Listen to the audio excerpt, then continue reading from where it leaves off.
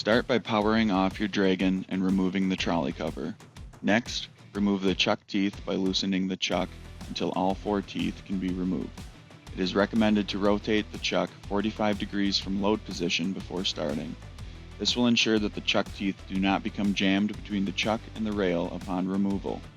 Using a 7/32 or 6mm Allen wrench, remove the 3 screws from the backside of the chuck, keeping pressure on it to ensure that it doesn't fall until ready for removal.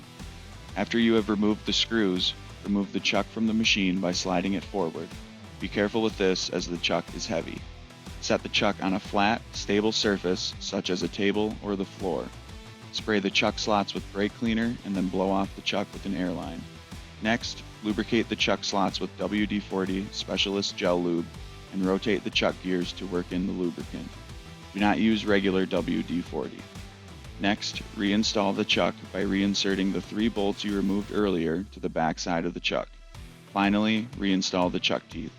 Each chuck tooth is numbered 1 through 4, as are the chuck slots. Make sure that each tooth goes into its corresponding slot in numerical order. Find slot number 1 and then rotate the chuck gear so that the start of the outermost groove is visible.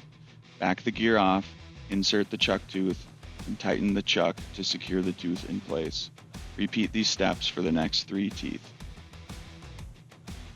Using the string that came with your Dragon machine as a visual guide is an easy way to ensure that the machine is straight. Stand over the machine and look down at the string. Use fixed reference points, such as these support leg screws, to check its straightness. Next, use a level or laser level to check the levelness of the machine. If using a regular level, check the entire length of the rail for levelness.